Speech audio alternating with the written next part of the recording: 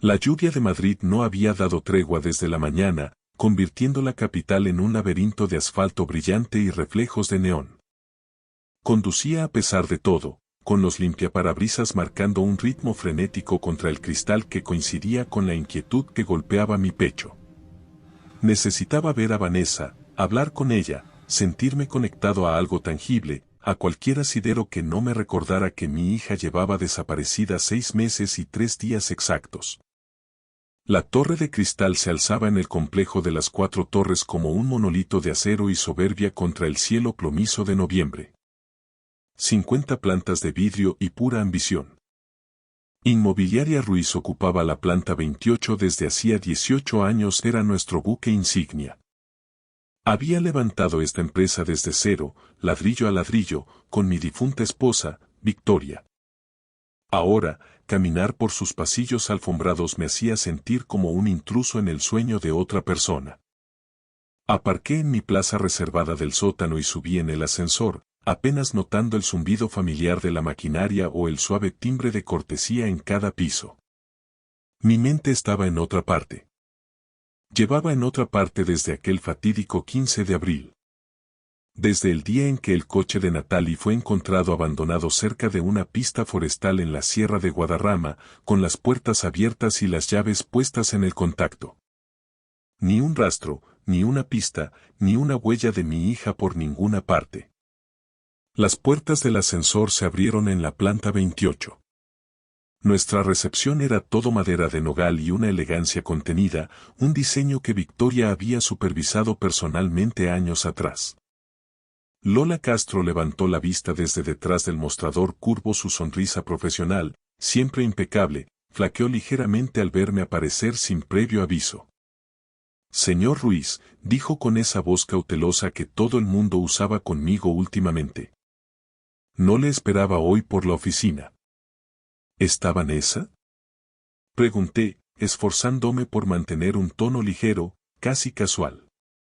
Últimamente, todos me hablaban como si fuera de cristal, midiendo cada sílaba, como si al decir algo mínimamente incorrecto fuera a romperme en 1000 pedazos frente a ellos. Lola consultó la pantalla de su terminal. Está con un cliente ahora mismo, en una reunión de consultoría de diseño. Le quedan unos 20 minutos, hizo una pausa incómoda. ¿Quiere que le avise de que está usted aquí? Negué con la cabeza, forzando una media sonrisa. No hace falta, Lola. Esperaré en su despacho. Tenía una llave propia. Vanessa me la había entregado hacía 6 meses, justo después de casarnos en una ceremonia íntima.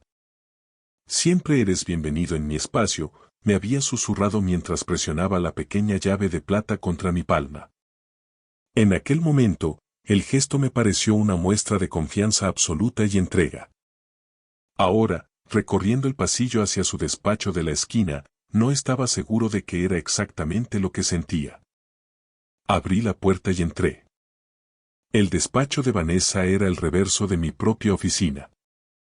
Era cálido, acogedor, lleno de texturas suaves y obras de arte contemporáneo seleccionadas con un gusto exquisito.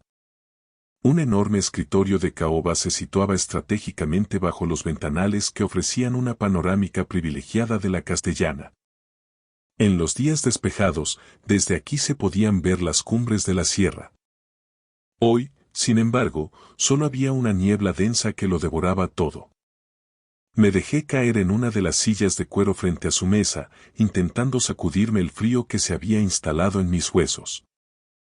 El despacho olía a ella, a su perfume. Algo sutil, carísimo, con notas florales que se quedaban impregnadas en la memoria. Por un momento, cerré los ojos y simplemente respiré aquel aroma. Cuando los abrí de nuevo, mi mirada aterrizó por puro azar en su mesa. Estaba inmaculada, como era habitual en ella. Un portalápices de plata, una pequeña suculenta en una maceta de cerámica artesanal, una agenda de piel cerrada y, junto a ella, apoyado en un ángulo extraño, como si alguien lo hubiera soltado con una urgencia repentina, había un bolígrafo. No era un bolígrafo cualquiera. Era una Mont Blanc Meisterstück, bañada en oro, de esas que poseen un peso específico que se siente importante al tacto.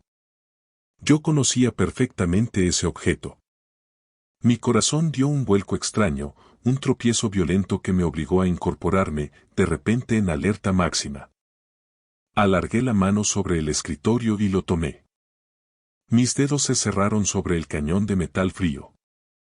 Allí, justo encima del clip de sujeción, casi invisible si no sabías dónde mirar, estaban grabadas dos palabras con una caligrafía delicada y precisa.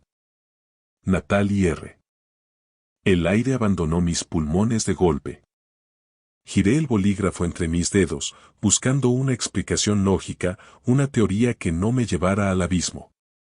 Alguna razón por la que esto no fuera lo que yo sabía que era. Pero no había error posible. Había encargado ese bolígrafo personalmente hacía 4 años en una pequeña joyería artesana del barrio de las Letras. Victoria y yo lo habíamos elegido juntos para celebrar el 18º cumpleaños de Natalie. Recuerdo que pasamos 20 minutos discutiendo la tipografía del grabado. A Natalie le fascinaba. Lo llevaba a todas partes. A la Facultad de Derecho, a las bibliotecas, a sus sesiones nocturnas de estudio. Me hace sentir como una profesional de verdad, bromeaba siempre. Prometió que nunca lo perdería. Pero Natalie llevaba desaparecida desde abril. La Policía Nacional encontró su vehículo a 40 minutos del centro, abandonado en una pista forestal secundaria. Su teléfono estaba en el asiento del copiloto con la pantalla estallada. Su cartera, sus llaves. Todo estaba allí, pero ni rastro de ella. La hipótesis oficial era que había decidido caminar sola por el monte, que quizá había sufrido un accidente o se había desorientado en la espesura. Los equipos de rescate y la unidad canina peinaron la zona durante 2 semanas. No hallaron nada. Después de un mes agónico, el inspector a cargo se sentó frente a mí en el salón de mi casa y pronunció las palabras que terminaron de hundirme. Señor Ruiz, a estas alturas, debemos considerar seriamente la posibilidad de que Natalie no regrese. Dejé de escuchar a partir de ese instante. Entonces, ¿qué hacía su bolígrafo, el que juró no perder jamás, sobre el escritorio de mi actual esposa? Me puse en pie, aún sujetándolo con fuerza, con la mente acelerada procesando escenarios. Quizá Natalie visitó a Vanessa antes de desaparecer. Quizá se le cayó por accidente. No. No tenía sentido. Natalie y Vanessa mantenían una relación distante. Mi hija era educada, pero siempre guardaba las distancias con ella. No había motivo alguno para que Natalie hubiera estado en este despacho privado. A menos que... Me quedé observando el bolígrafo. Pesaba más de lo normal. Demasiado. Por puro instinto, o tal vez por una desesperación ciega, agarré el cuerpo del bolígrafo con firmeza y tiré hacia arriba con fuerza. Durante un segundo, nada se dio. Luego, se escuchó un suave clic mecánico, seco, como el sonido de una cerradura de alta seguridad desbloqueándose. Me quedé paralizado, conteniendo el aliento. La pared revestida de madera tras la estantería de Vanessa comenzó a vibrar sutilmente. Con un zumbido eléctrico casi imperceptible, toda la sección de libros y archivadores se deslizó hacia la izquierda, revelando un pasaje que desafiaba toda lógica arquitectónica del edificio. Detrás de la pared se abría una negrura absoluta y unas escaleras. Una estructura estrecha que descendía hacia un espacio que no figuraba en ningún plano de la torre de cristal. Me quedé en el umbral del despacho, con el bolígrafo aún apretado en el puño, contemplando un vacío que no podía explicar. Mi corazón martilleaba con tal violencia que sentía el pulso en los oídos. Se me había secado la boca por completo. En algún lugar del edificio, oí el eco de un ascensor y voces lejanas en el pasillo. Debería haber gritado. Debería haber salido corriendo a buscar a Lola o llamado a emergencias. En lugar de eso, di un paso hacia la oscuridad y luego otro. La penumbra me devoró. El aire cambió drásticamente mientras descendía. Se volvió más gélido, más viciado. Era el tipo de aire que no se ha movido en meses. Tanteé la pared con la mano izquierda, era hormigón rugoso y ligeramente húmedo.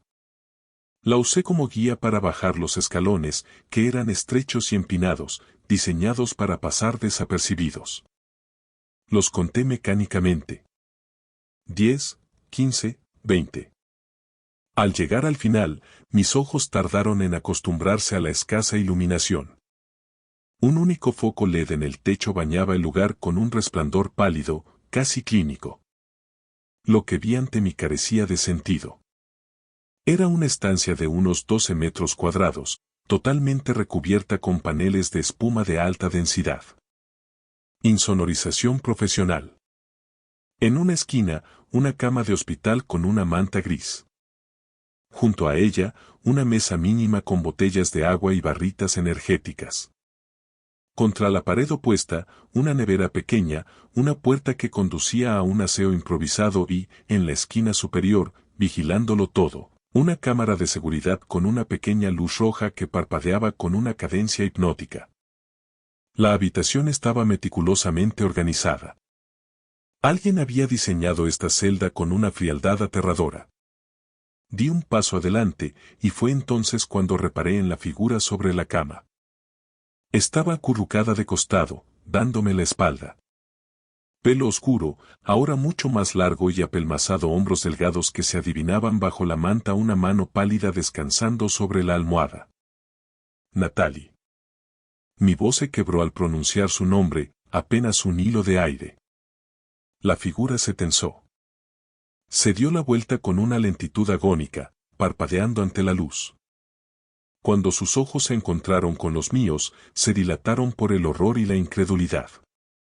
Como si estuviera viendo una aparición. Natalie, repetí, y esta vez me lancé hacia ella, cayendo de rodillas junto al camastro. Ella se incorporó apoyada en un codo, estudiándome con la mirada perdida.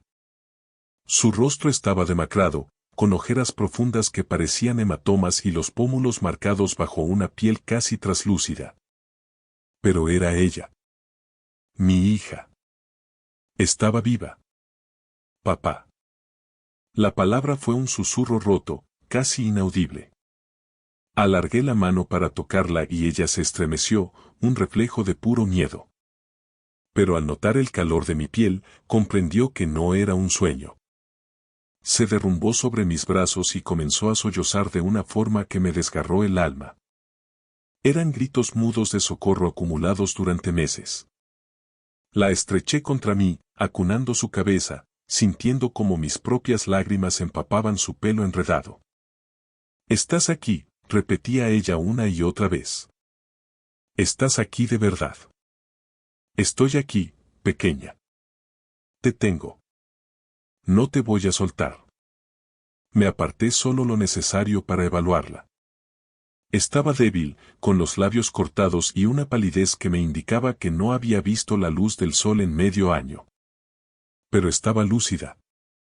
¿Cómo?, preguntó con voz ronca. «¿Cómo has dado conmigo?» «Tu bolígrafo», dije, señalando el objeto que aún sostenía. La Mont Blanc estaba en el despacho de Vanessa. Al tocarla, se abrió el mecanismo. La expresión de Natalie cambió drásticamente. El alivio fue reemplazado por un odio gélido. «Se lo quedó», susurró Natalie. «Se lo quedó como un fetiche, como un recordatorio de su victoria». «Natalie, ¿qué ha pasado? ¿Cómo terminaste aquí? Pensábamos que habías muerto en la sierra». «Me drogó», sentenció Natalie con una firmeza que me heló la sangre. «Fue Vanessa. Aquel 15 de abril me citó para tomar un café, dijo que quería que nos conociéramos mejor, que quería ser una buena madre para mí». Natalie soltó una carcajada amarga. «Fui una estúpida. Accedí a verla aquí, en la oficina, cuando ya no quedaba nadie. Me sirvió una copa de vino y a los 10 minutos el mundo empezó a dar vueltas. Sentí que la mandíbula se me tensaba hasta doler. Vanessa, la mujer con la que compartía mi cama, la que me consolaba cada noche por la pérdida de mi hija, era quien la tenía encerrada bajo sus pies. ¿6 meses?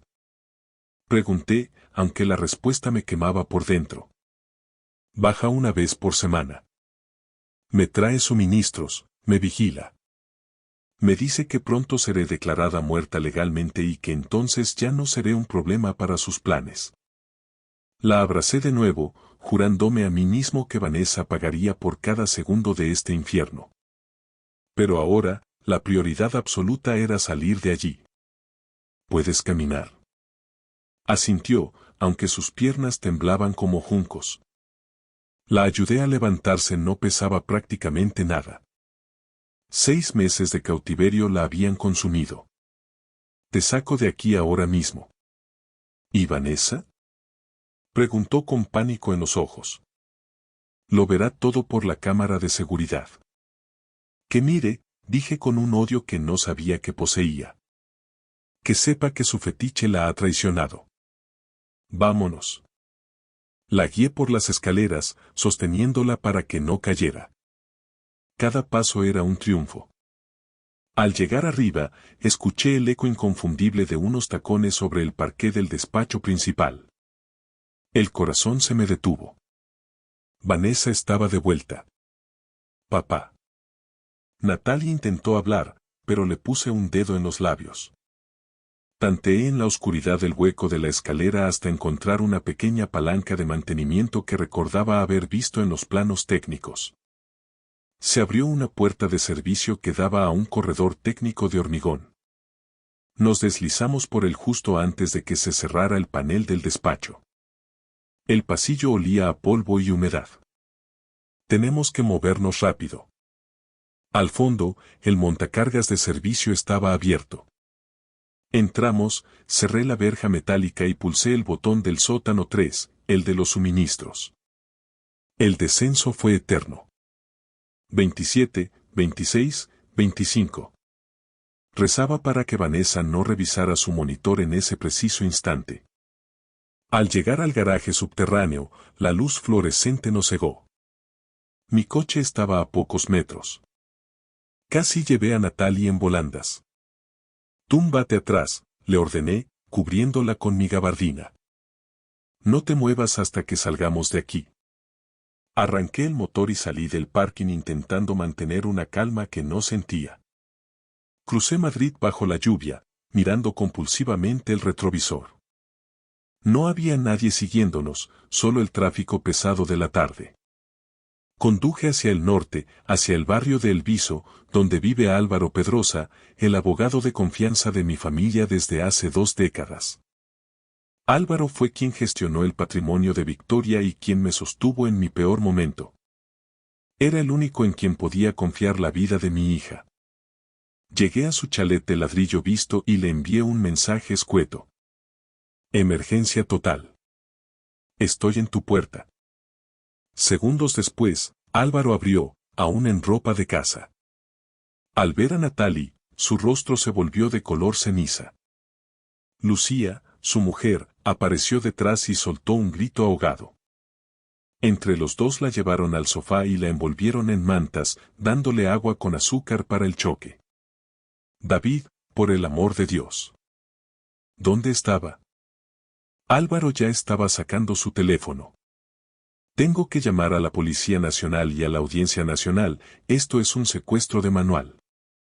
Espera, Álvaro, lo detuve. ¿Hay algo más?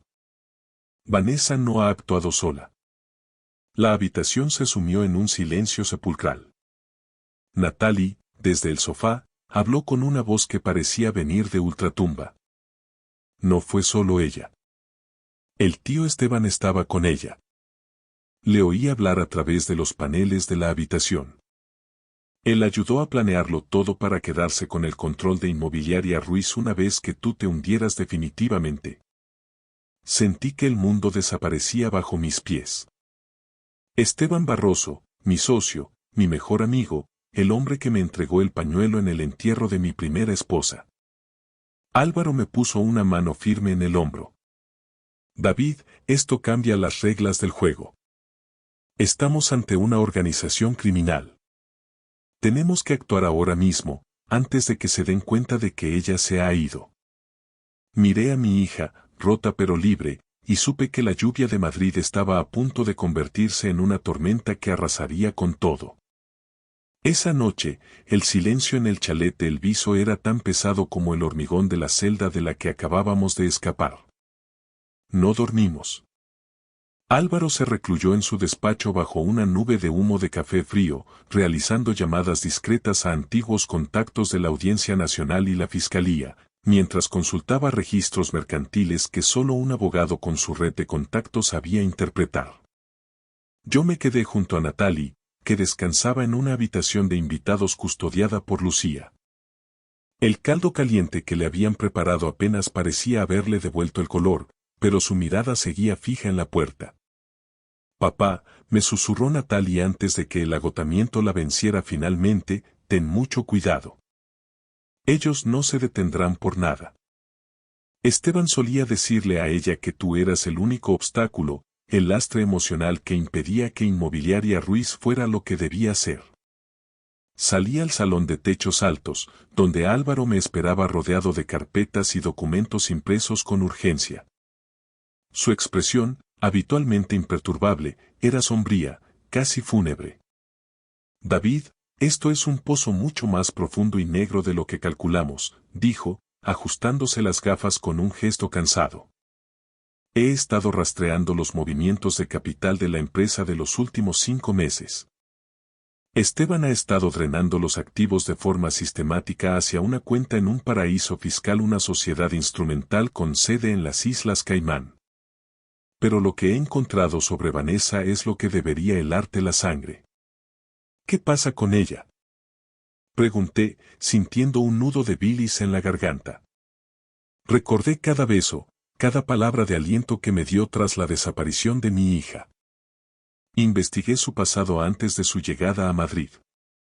Se hacía llamar Vanessa, pero su nombre real, según los registros que he logrado triangular con la ayuda de un contacto en Interpol, es Elena Martínez.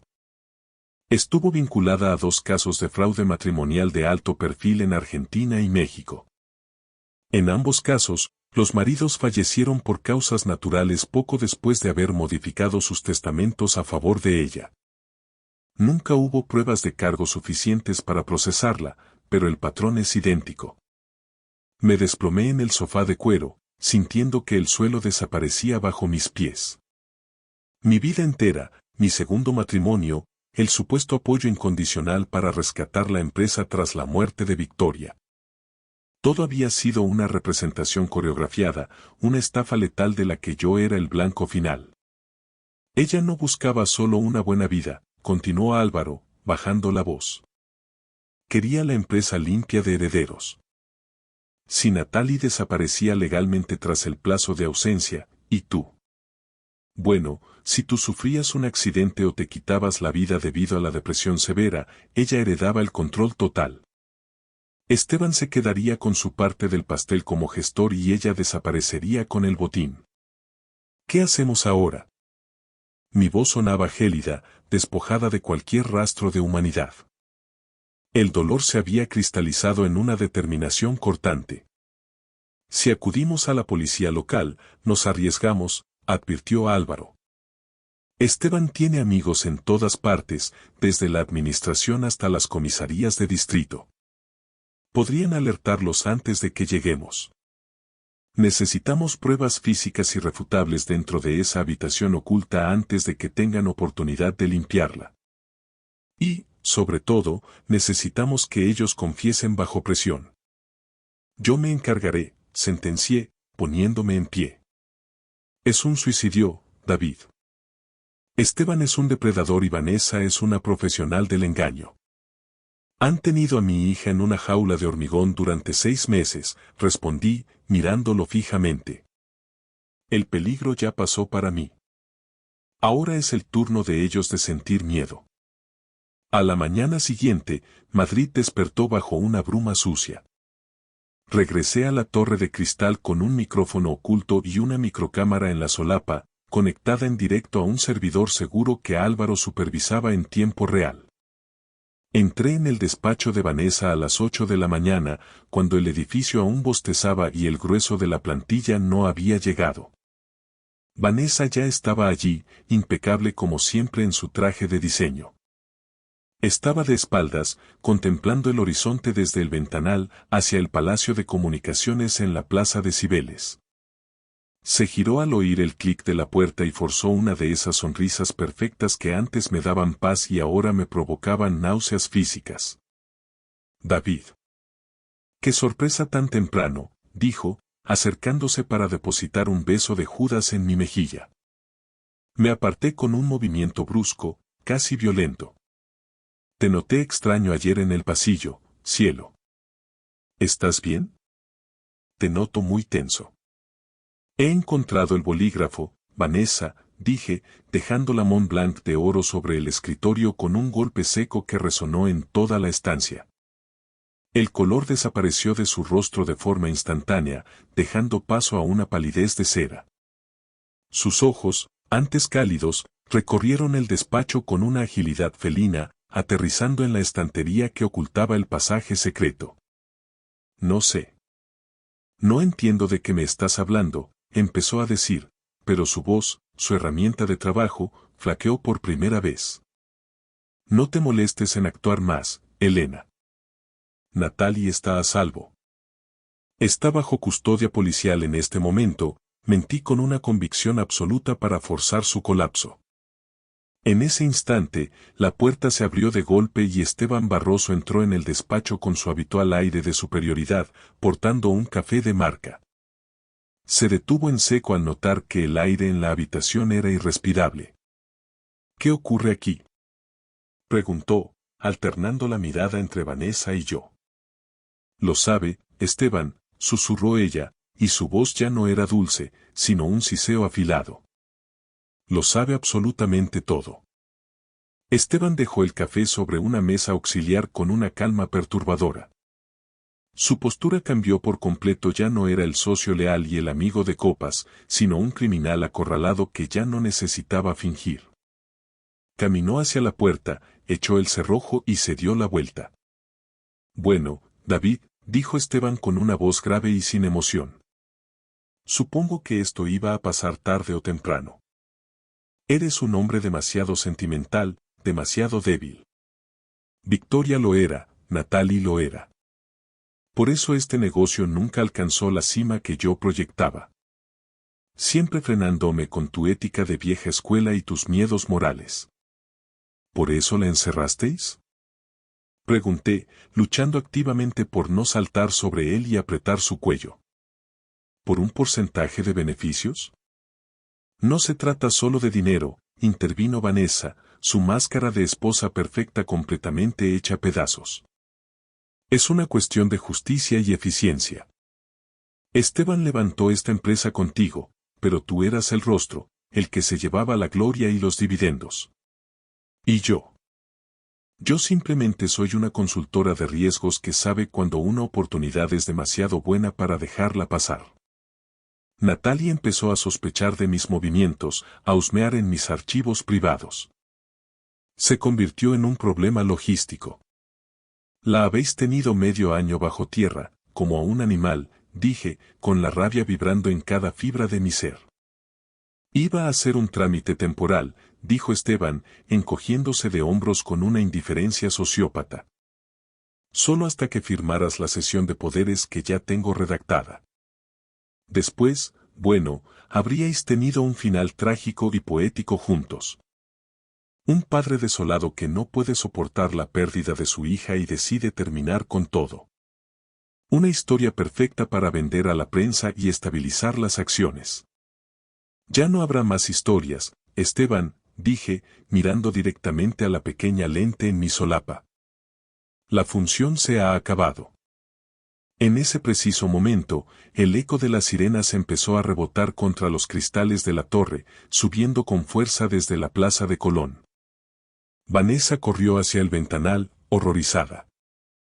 Abajo, un despliegue masivo de la Policía Nacional bloqueaba los accesos a la torre de cristal.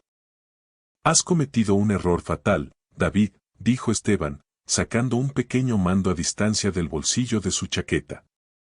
No era un arma de fuego, pero era igual de letal. Si yo no salgo de aquí por mi propio pie, esa habitación de abajo se limpiará. Literalmente.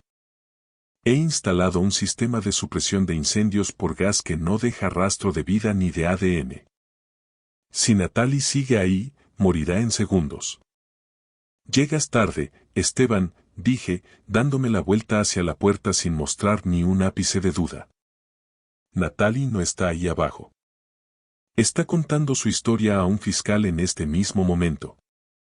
Y la policía tiene la transmisión íntegra de esta confesión que acabas de regalarnos. Esteban intentó abalanzarse sobre mí, con los ojos inyectados en sangre, pero la puerta del despacho saltó por los aires ante el impacto de los arietes de la unidad de intervención. Todo lo que siguió fue un caos controlado de uniformes azules, gritos de detención y el sonido metálico de las esposas cerrándose sobre las muñecas de las dos personas en las que había depositado toda mi fe.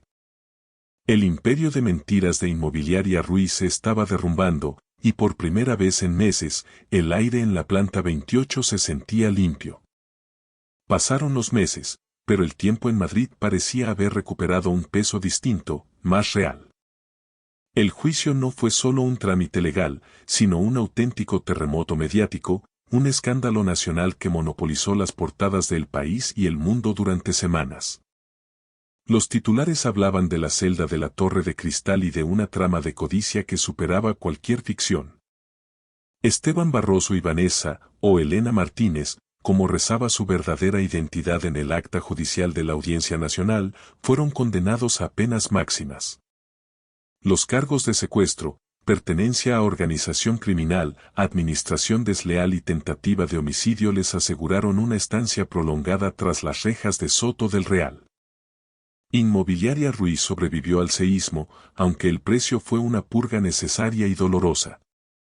Tuve que despedir a gran parte de la directiva y de los mandos intermedios que, por miedo o por una ambición ciega, habían decidido hacer la vista gorda ante las maniobras financieras de Esteban y la presencia constante de Vanessa en áreas restringidas.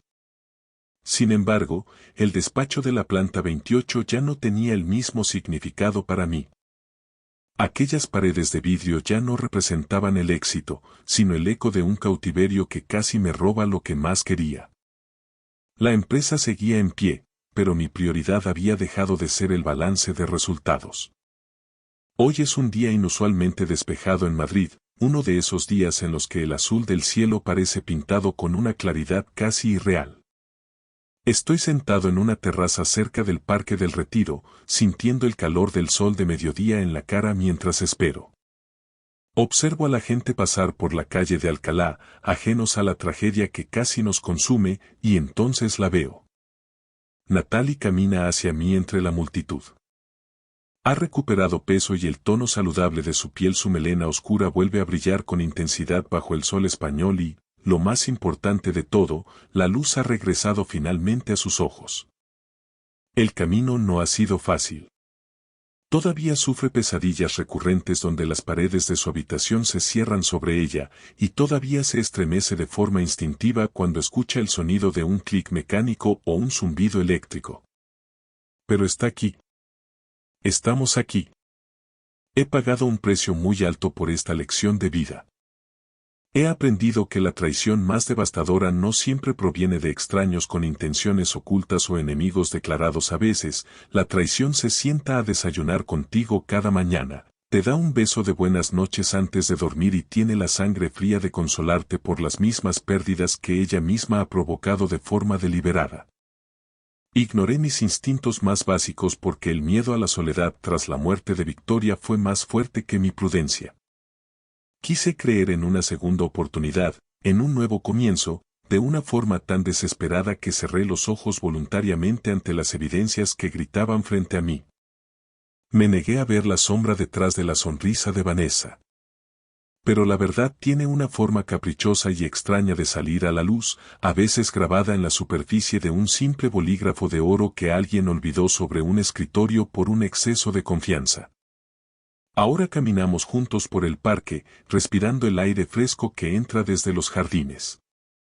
Ya no hay secretos que guardar, no hay muros ocultos ni habitaciones insonorizadas en nuestras vidas.